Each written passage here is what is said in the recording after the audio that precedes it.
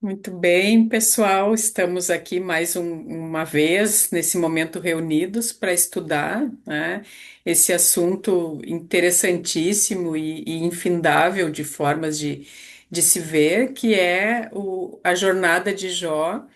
A gente trazendo então sobre o viés do ganho de consciência, na profundidade que a gente consegue, de alguma maneira, alcançar. E por isso, assim, importante que também, né, tenha aí a contribuição daqueles que querem, compartilhar esses momentos conosco. É um assunto que a gente já viu que não se esgota de forma alguma, tanto que a gente tinha a ideia de fazer um encontro e desdobramos em dois. Então, hoje a gente tem a ideia de ampliar um pouco mais. O Mário preparou um material bem legal, super interessante, né, que vai agora a seguir a gente já pede para Carol aí, que está sempre nos auxiliando e de todas as formas compartilhar, tá bem? Vou passar para o Mário, então. Fiquem também à vontade para, né, depois que a gente começar, já fica o convite aí para de alguma forma contribuírem ou perguntarem. Aí tu já vê, Mário, como é que tu acha mais interessante? Esse pessoal vai esperando, né, a gente finalizar algum raciocínio, ou vai interrompendo, né? Como achar mais interessante. Sim, sim. Então, muito bem, né, gente? Muito obrigado, então, né, Guadalupe. Agradecemos a presença de todos, em nome do Instituto Jungiano, o nosso núcleo de espiritualidade, e que a gente fez um projeto, né, de a gente poder trazer as questões psicológicas com o olhar da psicologia analítica junguiana, e, ao mesmo tempo, a gente ter um trabalho simbólico. Eu acho que a questão do Jó, nos convida a gente poder olhar para muitas questões importantes sobre o sofrimento, mas principalmente sobre a ampliação da consciência, que é o olhar aonde Jung e tantos outros contribuíram para a gente ter o entendimento dos mitos e das coisas do mundo que nos atravessam, tá? Então a gente vai olhar rapidamente um pouco, né, pelo que a gente viu no nosso primeiro encontro. Eu acho que é rico e o nosso convite é que vocês possam participar. A gente vai fazendo umas paradas para a gente poder trocar, para a gente poder finalizar um pouco no sentido da compreensão de Jó e onde o Jó nos toca, porque eu acho que o nosso convite é esse. Não é uma ideia de um seminário sobre Jó, não é esse o conteúdo, não é sobre a resposta a Jó do Jung, mas o que a história do Jó nos toca e aonde está o nosso processo nisso tudo. Tá, pessoal? Vou pedir para a Caroline, então, iniciar a apresentação. Vou fazer um resuminho rápido para a gente poder seguir.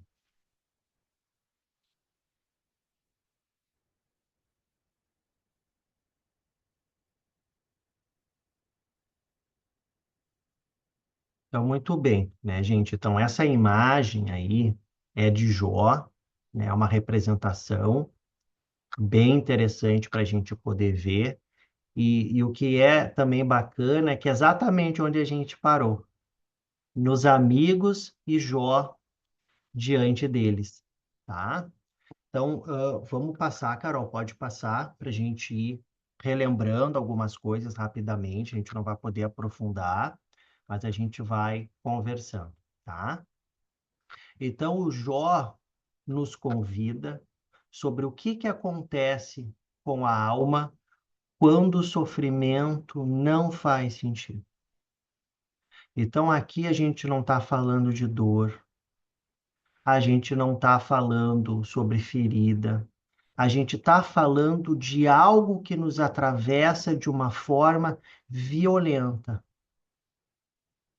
aonde não há explicação, aonde não há uma lógica, não há uma tentativa de entendimento racional, apenas a experiência total da vastidão. Então, o sofrimento sempre coloca o ego numa experiência muito difícil. Então, a gente falar de Jó, do livro, não é um entendimento de resposta, a gente não vai encontrar, e o Jung, em resposta a Jó, não traz nenhum entendimento, apenas pensamentos e reflexões acerca disso. Então, Jó é um questionamento e uma reflexão. Então, é um livro de perguntas. Pode passar, Carol.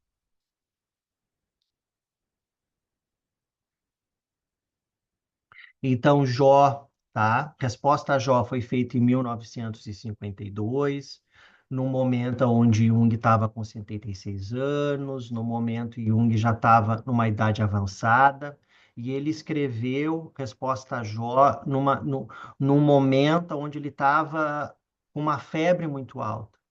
Então, vocês imaginam como foi feito nesse momento que o Jung estava vivendo isso, com uma intensidade muito grande e muitos questionamentos. Pode passar, Carol.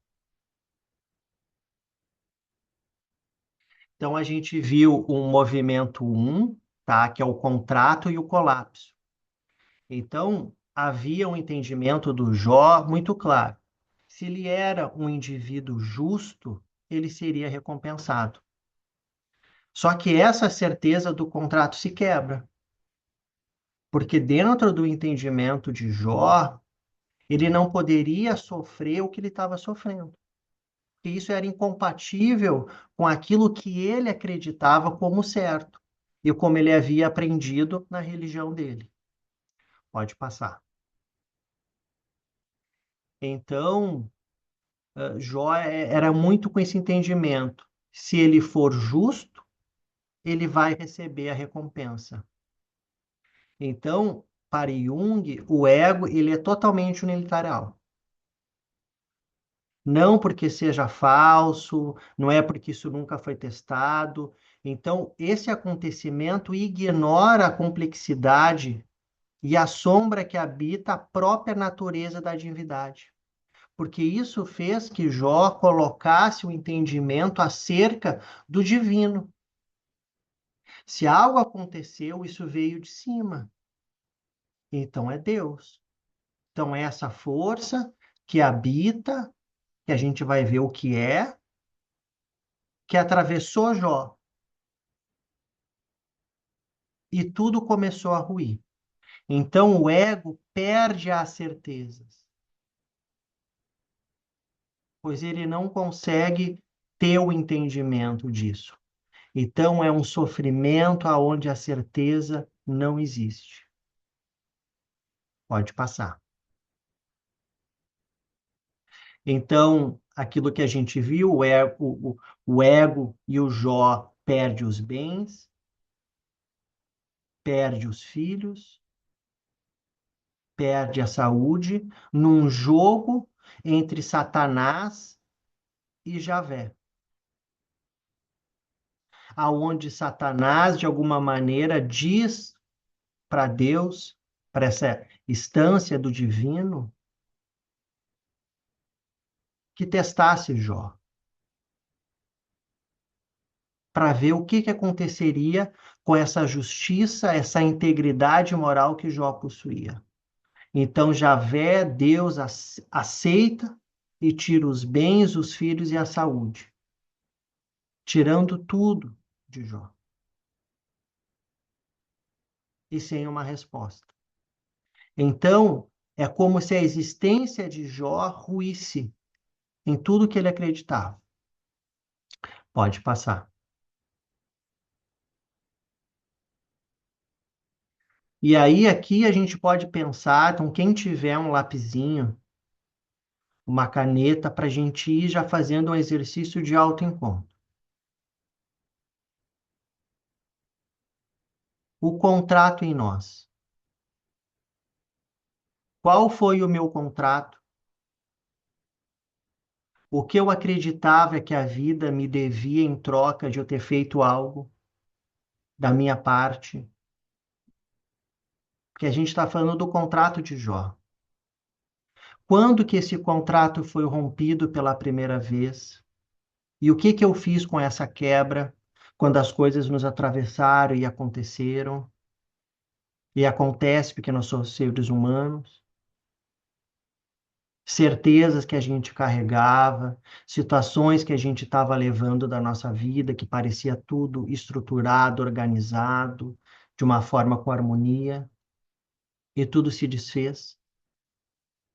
O que em mim ainda espera ser recompensado por ter sido bom, porque a gente tem ainda essa mentalidade da nossa psique. Então, são coisas que a gente vai se aproximando de Jó, mas que falam da gente. Pode passar, Carol. Então, a gente entrou no movimento do enigma, que todos tentam explicar a dor diante de Jó, daquele sofrimento que ele estava. Só que algo acontece no Jó que ele consegue sustentar esse enigma, essa dor, sem explicação. Então é como se Jó, naquela vastidão, daquele sofrimento, ele conseguiu manter a integridade dele diante desse colapso que se atravessou. Pode passar. Então a gente vê um Jó, isso é uma fala do Colbert, que ele fala muito no livro dele,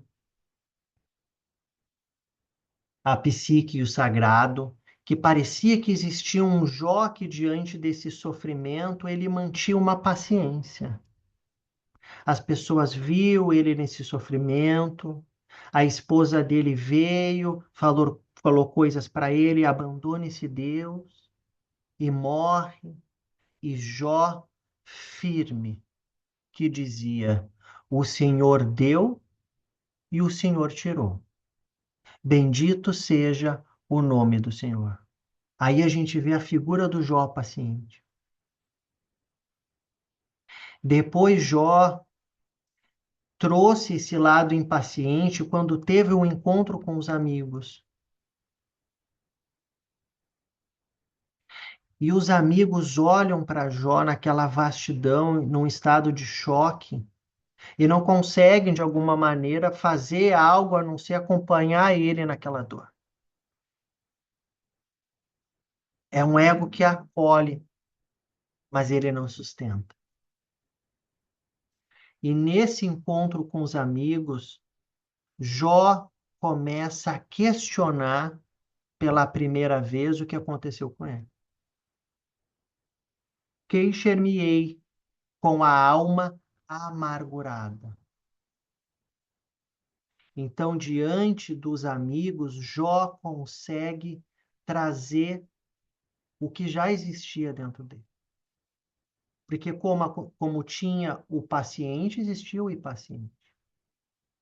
E só conseguiu aparecer com a presença dos amigos. Pode passar.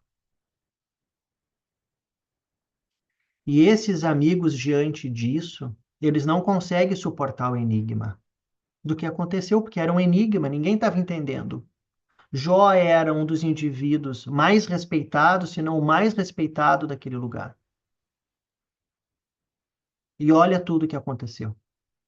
Então, os discursos dos amigos insistiam em tentar ter uma lógica de causa e efeito devido à religião naquela época. Se aconteceu o sofrimento, porque houve uma falha do Jó, um erro, uma culpa, uma reparação. Então, os amigos acabam protegendo um pouco a imagem de Deus, como sendo um Deus justo. Se aconteceu isso contigo, é porque tu mereceu. E isso fez que, de alguma maneira, algo despertasse no Jó.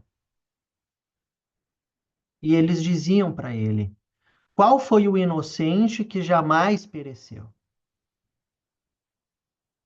Se tu fosses realmente puro e reto, Deus iria restaurar a morada na tua justiça. Deus exige de ti, Deus exige de ti menos do que merece a tua iniquidade.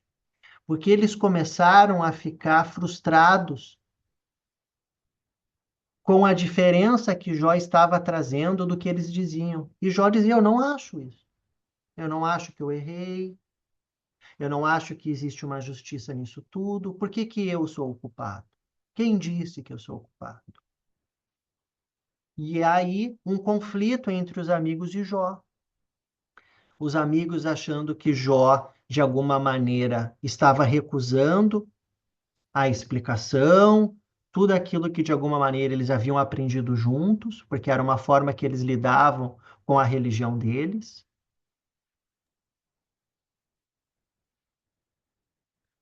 Então, Jó começou a questionar o que estava acontecendo com eles. Pode passar. Então, diante desse encontro com essas acusações, Jó começa a ser pressionado cada vez mais pelos amigos. Só que Jó ele não confessa a culpa, mas ele também não se cala. E diante de tudo isso, ele exige um encontro com esse Deus. Ele exige que haja um julgamento. E ele vai se defender diante desse julgamento. Ele quer apresentar a causa para ele poder ser ouvido, saber exatamente se ele está sendo acusado de algo, do que ele está sendo acusado, e ele começa a confrontar os amigos e Deus diante de tudo que estava acontecendo. E o que é mais surpreendente é que o próprio Javé, essa divindade que ele busca, é de alguma forma uma forma dele tentar defender a própria divindade. Jó percebe que Javé está em desacordo consigo mesmo. E é dessa fenda que ele faz a sua causa. Ele apela de Javé para Javé. E aí a gente vai pegar Jung, que ele diz o seguinte, que isso é muito interessante em Jó. Por outro lado, porém, vê-se obrigado a confessar que o outro não é o que lhe causa injustiça, violência, senão o próprio Deus, o próprio Javé. E não pode deixar de reconhecer que se acha diante de um ser que não se preocupa com os julgamentos morais, nem com uma ética que lhe imponha obrigações. Talvez o que de mais elevado haja em Jó seja que ele, em face de uma dificuldade como esta, não se perturbe com a unidade de Deus, percebendo claramente que Deus se harmoniza tão perfeitamente consigo próprio, que Jó tem a certeza de que encontrará em Deus um advogado e um defensor contra o próprio Deus. Então a gente vê o quanto Jó acreditava nessa divindade. E mesmo diante desse grande colapso, ele tinha certeza e convicção que, da mesma forma que ele foi acusado, existia uma parte desse divino que o defenderia, que o entenderia e que o perdoaria se ele tivesse feito algo. Então, é um momento muito importante que Jó se defronta com o questionamento de acreditar na imagem de Deus que ele tinha dentro dele. E ele diz: quero falar ao Todo-Poderoso, quero discutir a minha causa com Deus. Desde já tenho no céu uma testemunha. Então ele acreditava que Deus ia testemunhar ao favor dele, um defensor nas alturas. Então a gente está falando de uma coisa importante, gente. Que por mais que tudo isso tenha acontecido, Jó jamais deixou de acreditar em Deus.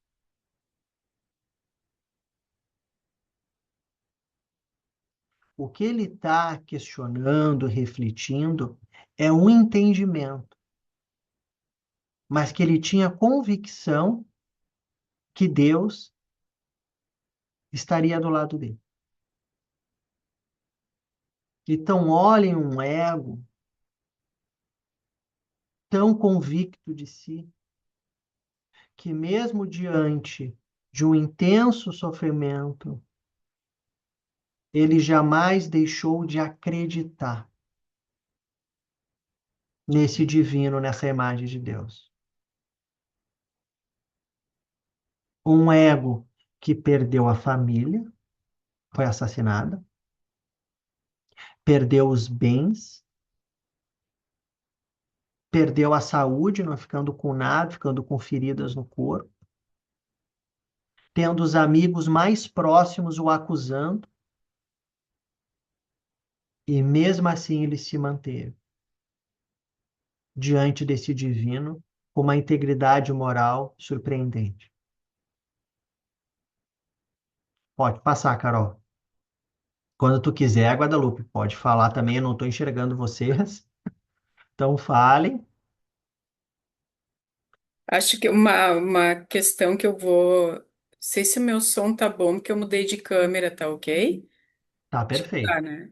É uma questão que acho interessante, assim, a gente trazer, que o Jung aborda, né, de alguma maneira, e quem estuda o livro, é que Jó, mesmo na linguagem simbólica ou não tão simbólica, né, é, ajudou a mudar a própria imagem de Deus, né, a nossa imagem de Deus. Não é que Deus mudou.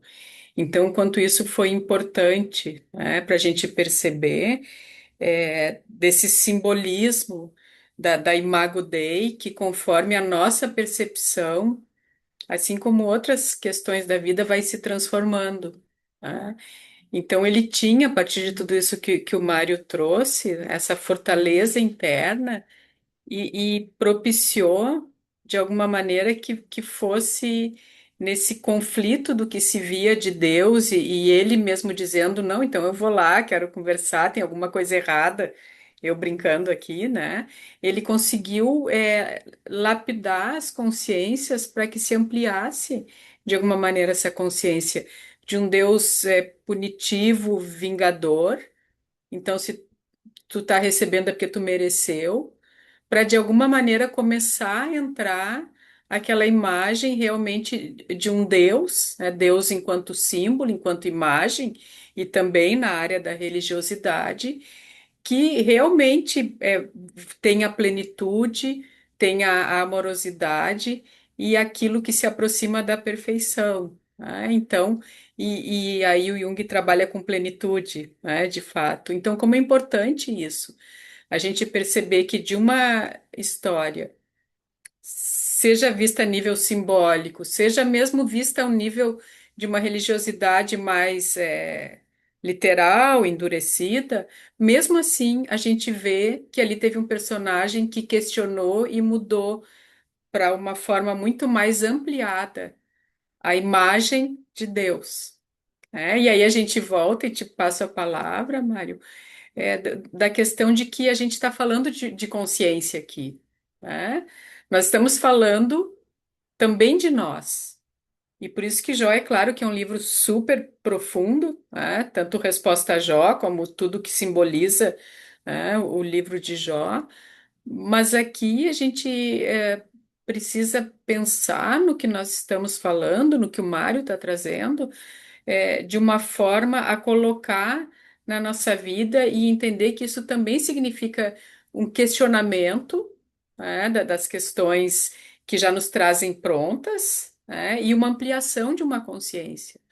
Mas não, mas eu posso mais, eu vou olhar o que que é isso, mas não eu posso de uma forma egoísta, pelo contrário, ele se manteve firme e fiel, né, ao que ele entendia da divindade.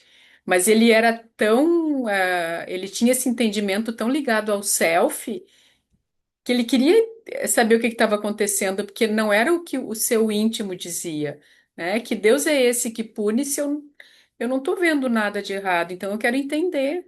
né? Então, acho interessante essa questão mais prática. Perfeito, Guadalupe, assim, sabe? Eu acho que tu trouxe esse ponto dessa confiança no self que Jó possuía. E há, em resposta a Jó do Jung, muitas reflexões do quanto essa ampliação de consciência não era também uma vontade inconsciente de Javé, porque ele precisava ter uma consciência superior que Jó já possuía.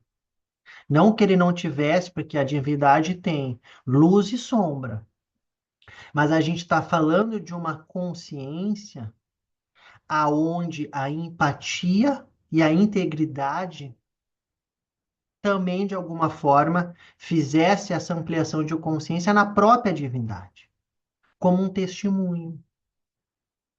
Como Cristo, de alguma maneira, foi um testemunho para nós de uma integridade. Crucificado na cruz e se manteve firme e convicto em todos os instantes. E Jó, de alguma maneira, também representa isso.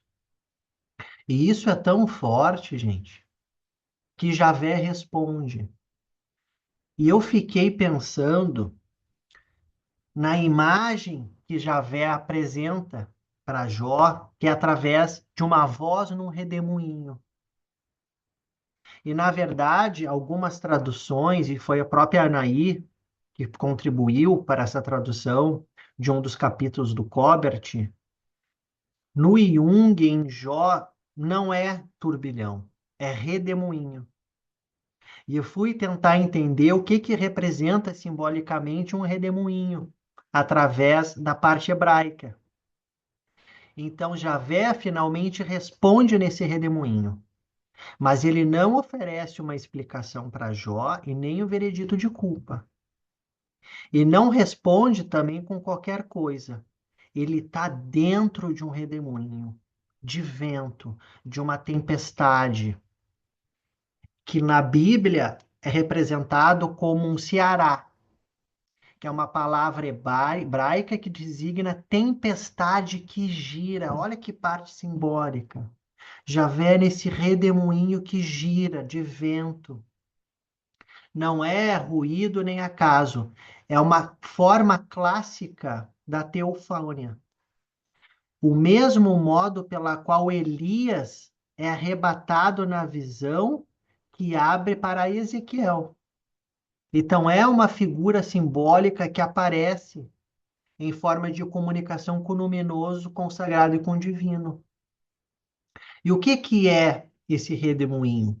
Arranca tudo do lugar, que é o que a gente vê que aconteceu com Jó, uma representatividade desse redemoinho também, como as coisas que aconteceram com Jó. O que gira tem centro, então tem um divino.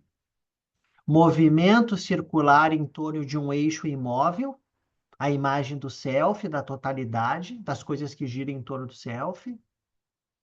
A peripécia que se desmancha, mas o centro permanece. E essa fala de Javé vem dentro desse caos que aconteceu com Jó. Então, Javé não fala de dentro de uma ordem, mas daquilo que desmancha a ordem. O sentido vem, então, para dentro dela mesmo, do redemoinho. Pode passar, Carol. Então, Javé vem com perguntas confrontativas para Jó, naquele redemoinho. Onde estavas tu quando lancei os fundamentos da terra? Quem lhe fixou as dimensões? Certamente tu sabes. Alguma vez deste ordens à manhã? Ou indicastes à aurora o seu lugar? Olha a onipotência desse Javé. Entrastes pelas fontes do mar? Foram-te reveladas as portas da morte? Ousas anular o meu julgamento? Condenas-me para te justificares? Então vocês imaginam Jó diante dessa força divina que o defronta com o enigma do universo, mostrando a sua superioridade, que Jó nunca imaginou que tivesse sido o contrário. Então aqui Jung trabalha muito como foi Javé diante de Jó. De alguma maneira, a integridade de Jó desafiava algo dentro de Javé. Então ele aparece para Jó mostrando o quanto ele era poderoso. E realmente ele era. Pode passar, Carol. E aí a gente para um pouquinho para a gente voltar a fazer as perguntas para nós. Com essa imagem desse redemoinho nas nossas vidas, com as coisas que vêm passando na nossa mente, que a gente está passando, como se fosse nós nessa imagem de Jó. Quando eu sofri sem explicação, quem foram os meus amigos de Jó, as vozes de fora, de dentro, que precisaram encontrar uma causa. Diante do nosso sofrimento, quantas pessoas vieram tentando justificar o que a gente estava passando, ou até uma leitura simbólica de imagens nossas que a gente vive. Que parte de mim precisa explicar a dor do outro para não desmoronar junto com ela. Aqui na figura dos amigos de Jó, o nosso trabalho, na nossa família. Já me foi permitido ficar impaciente? Ou só me foi permitido ser paciente? Como a gente vive esse lado do ser humano paciente, impaciente?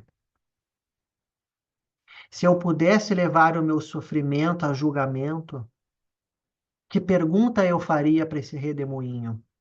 E a quem eu iria dirigir? Que eu dirigiria?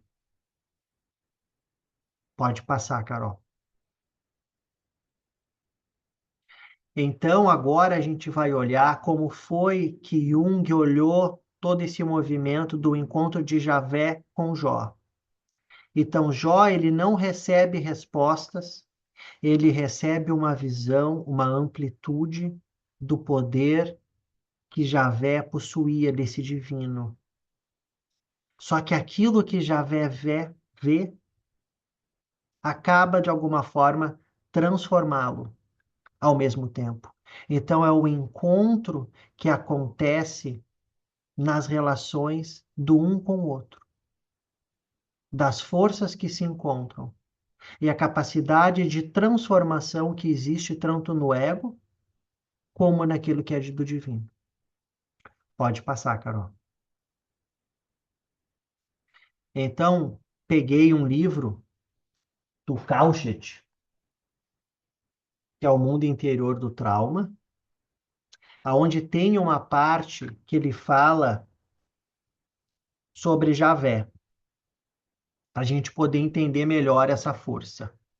Kaushit lê Javé como uma imagem do self primordial, uma combinação de energias extremamente poderosas.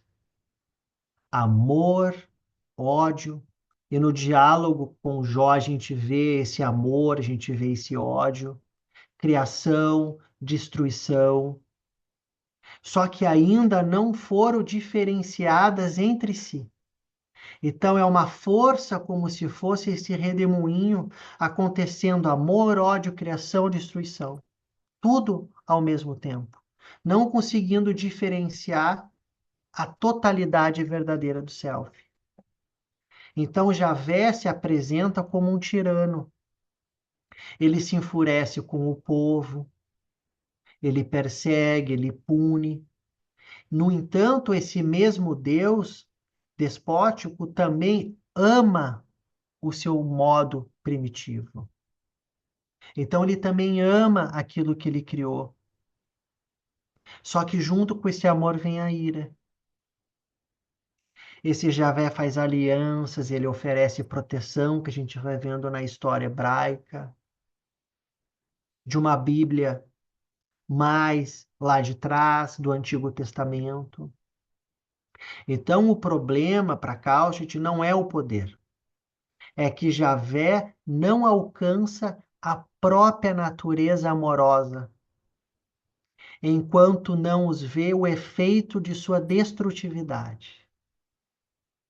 E é aqui que entra Jó, e com ele toda a humanidade.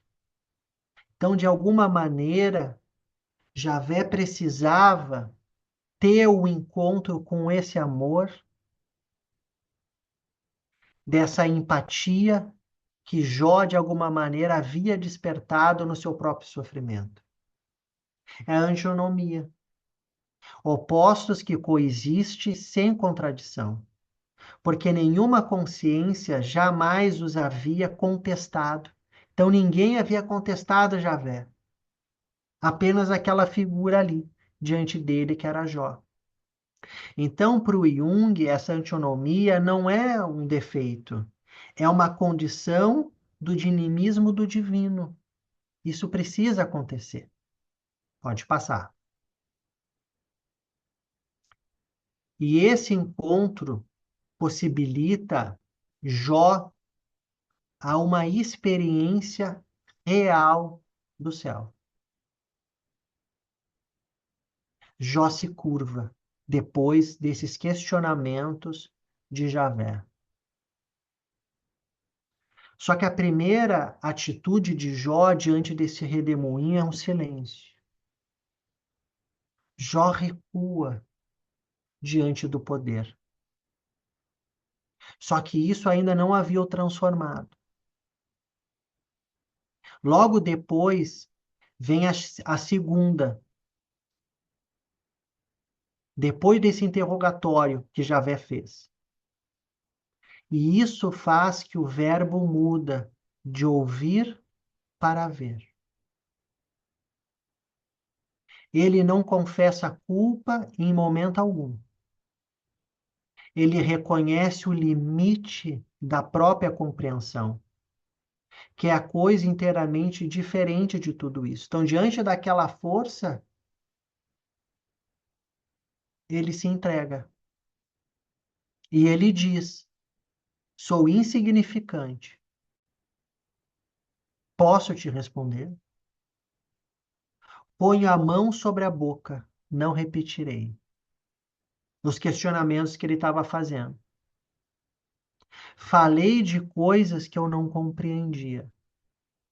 Eu te conhecia só por ouvir dizer, mas agora meus olhos te veem. E eu acho, quando que a gente pode parar, porque eu acho isso um momento importante, do encontro do ego com o self. O eixo ego-self se apresentando. Há uma renúncia, há uma entrega absoluta àquela força que se curva diante de todo esse esplendor, aceitando a sua condição, reconhecendo essa condição, e como Jung diz, Jó, de alguma maneira, despertou um sentimento de empatia, pois estava vivendo esse sofrimento. Então a gente só reconhece quando a gente vive. E isso fez que Jó despertasse. Pode passar, Carol.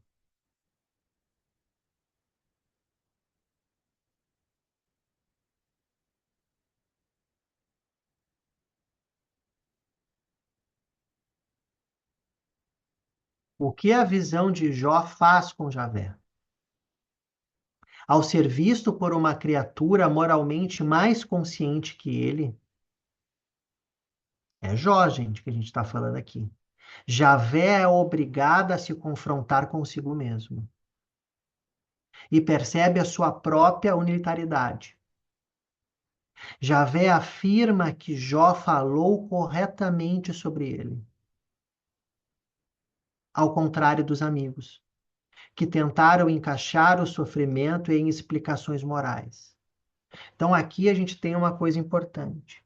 Diante de tudo que Javé disse, olhando Jó se curvar, se submeter, se renunciar, ele percebe em Jó que existe uma consciência maior do que os amigos. E isso, para Jung, nasce da necessidade de uma encarnação. Então, isso faz, de alguma maneira, que Javé compreendesse que algo precisava acontecer para sua mudança. Então, não era só uma mudança de Jó, ele também havia sido mudado.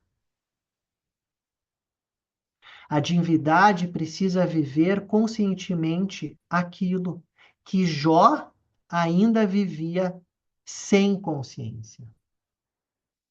Então, o encontro com Jó possibilitou que Javé entendesse que estava faltando algo para ele.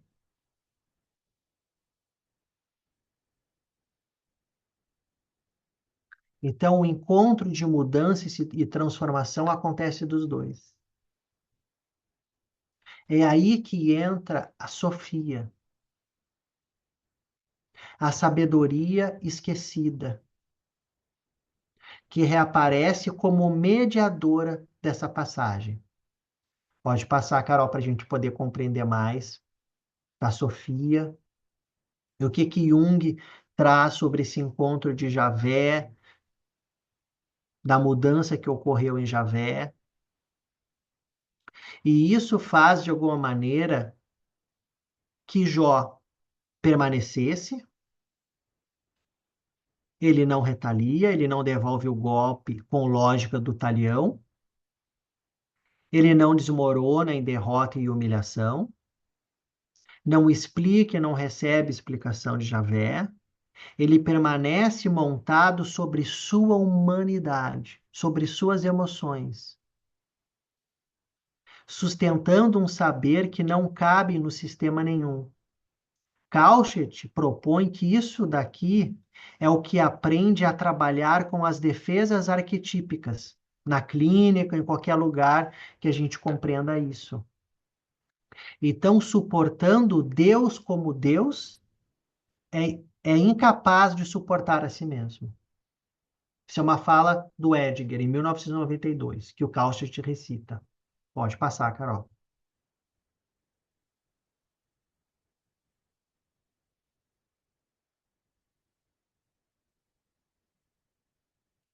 Então, o Jung, de alguma maneira, vem trazer que esse encontro com Javé proporciona a presença de Sofia como uma divindade do feminino, da sabedoria, da sensibilidade, que encontra em Javé uma possibilidade de uma encarnação que Jung vai trabalhando, que é a presença de Cristo.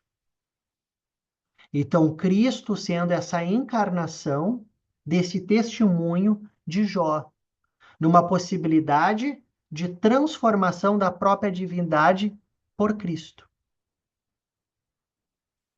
Não sei se a Guadalupe quer falar um pouco sobre isso. Eu acho que tá muito bom te ouvir, Mário, e acho que interessante a gente seguir com os slides e aí depois abrir para, tá? Tá, para o pessoal falar, né? Eu já vi É, agora que a gente está com o tempo, né? tu tá levando uma linha de pensamento, então acho que é interessante continuar. Então a gente vai imaginar o seguinte, né, gente, que Jung, tentando lidar com tudo isso, ele começa a pensar que esse encontro de Javé com Jó era um convite de uma vivência do self, encarnado. Aí que vem a figura de Cristo, de tudo que ele passou, de todo o sofrimento que ele carregou, dos amigos que viraram as costas, como a gente vê, os apóstolos, que de alguma maneira renegaram ou fugiram, que a gente conhece a história, que foi pregado na cruz, assim como Jó, que olhou para esse pai que era Deus e disse: perdoa-lhes, pois eles não sabem o que fazem. Então, a encarnação de Cristo e a experiência dele era uma possibilidade desse self viver a sua humanidade. Jó representa todas as emoções de humanidade de um ser humano: dor, sofrimento, ternura, amor, compaixão. E isso precisa ser integrado constantemente diante do self. Então, tudo que havia sido arrancado de Jó, vitalidade, vínculos, casa, bem. Só que Jó não recebe de Javé tudo de volta. Ele recebe o dobro de tudo que ele tinha. Então, Javé, vendo essa humanidade de Jó, restabelece toda a vida que ele havia tirado de Jó. Ele recupera tudo em dobro. O homem que vivia apoiado na certeza da justiça divina, agora vive sustentado pela própria experiência direta do mistério. Despido de tudo, ele é revestido de novo com tudo que ele tinha, não só pela segurança do ego, mas por uma relação viva e direta com o self. Assim, o sofrimento deixa de ser um porquê externo e se torna um para quê interno. Que esse é o convite que a gente quer que isso fique desse encontro de Jó com Javé, sobre a ampliação da consciência. A consciência, ela vive nessa relação que a gente estabelece, interna e externa. Ampliar a consciência é conseguir carregar aquilo que não fecha, que não tem resposta, que não tem certeza, que não tem compreensão, mas que existe. E Jung, nos livros vermelhos, diz: tu precisas do teu todo para passar pela vida. Não se trata de sermos perfeitos, e sim de nos tornarmos inteiros. De passar, Carol, aí para o pessoal as referências. Ah, eu tenho uma pergunta. Ah, boa, uma pergunta. Os sofrimentos em nós. Para a gente fechar. Que enigma eu carrego sem conseguir resolver? E são vários, né? E o que muda em mim se eu parar de tentar resolvê-lo? Vamos deixar, vamos confiar, vamos entregar, vamos deixar que o mistério, o enigma na nossa vida, a gente consiga permitir não se preocupar em tentar resolver eles constantemente a todo tempo. O que em mim ainda não pôde ser dito em voz alta para ninguém. Aquilo que a gente tem dentro de nós. Que assim como Jó, a gente quer falar, a gente quer dizer, a gente quer questionar, e em voz alta nos permitir viver as nossas emoções, a nossa humanidade. Onde a minha própria travessia me tornou capaz de ficar junto da dor, do outro sem explicá-la. O que ficou ampliado depois de a gente ver alguém próximo da gente. E a que preço que a gente vive tudo isso?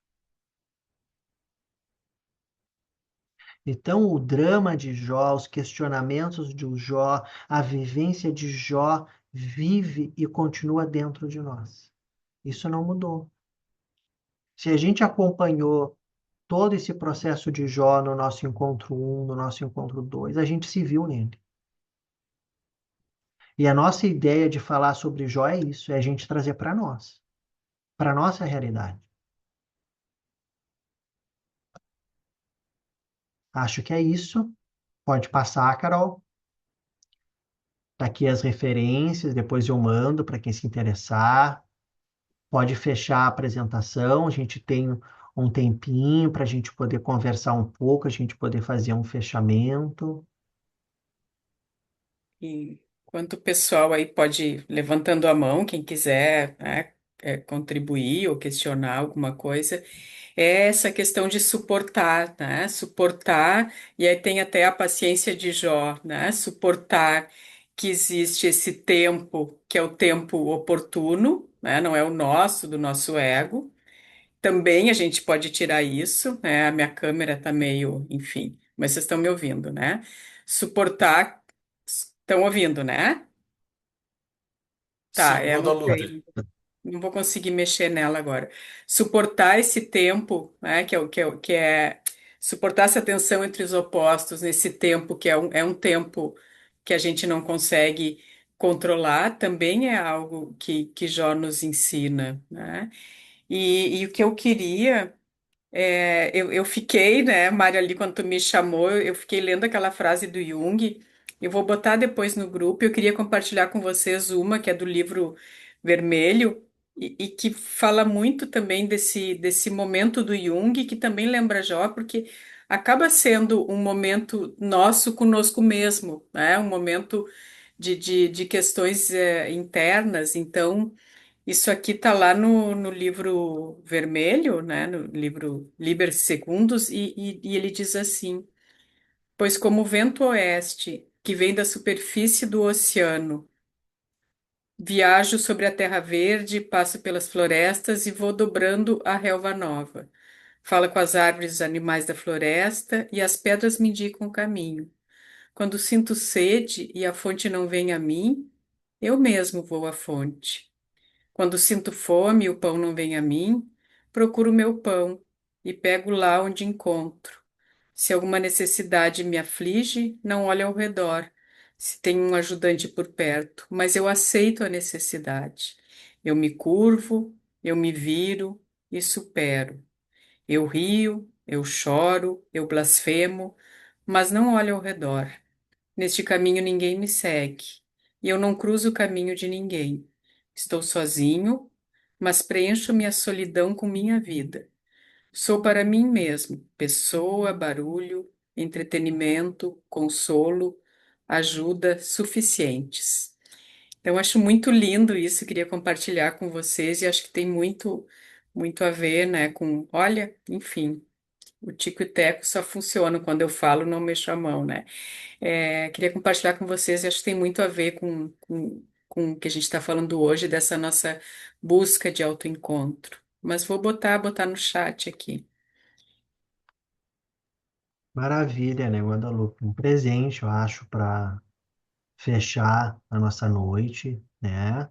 Vamos ver se o pessoal quer dizer um pouco do que sentiu, porque eu acho que é uma beleza só isso aí, né, Guadalupe? A gente viver a nossa vida, né, da forma que é, no encontro com a gente mesmo, a gente vivendo aquilo que a gente realmente é. Muito bonito, muito bonito. Vamos abrir um pouquinho para o pessoal, ver se alguém quer falar. Eu sei que é muita coisa, a gente é envolvido, às vezes a gente prefere ficar quietinho, pensando, mas a nossa ideia era essa mesmo, né? A gente poder refletir. Se alguém quiser levantar a mãozinha, espera um pouquinho, senão a gente fecha com essa beleza que a Guadalupe nos ofereceu. Tá, gente? Muito obrigado pelo nosso momento, pelo nosso encontro, por a gente ter conseguido viver tudo isso de Jó, esse autoencontro, e que a gente possa ter a presença de vocês em outras atividades do nosso núcleo de espiritualidade. Para o pessoal de Porto Alegre, a gente tem a nossa jornada, 1º de agosto, colocamos ali no grupo, vai ter apresentações sobre psicologia analítica, vamos poder conversar, viver desse Jung através dos trabalhos que vão ser apresentados, tá? O convite para todo mundo que está aqui de Porto Alegre.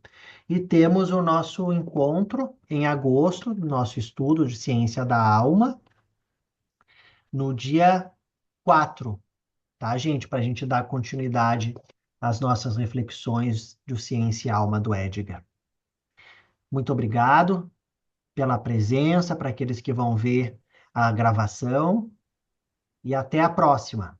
Até, Obrigado. obrigado, Tchau, Mário. Obrigado, gente. Guadalupe, pela apresentação Obrigada, e pela gente. Tá, muito reflexão. Um abraço, obrigada. gente. Tchau, tchau. Abraço a Tchau, todos. tchau. Obrigada.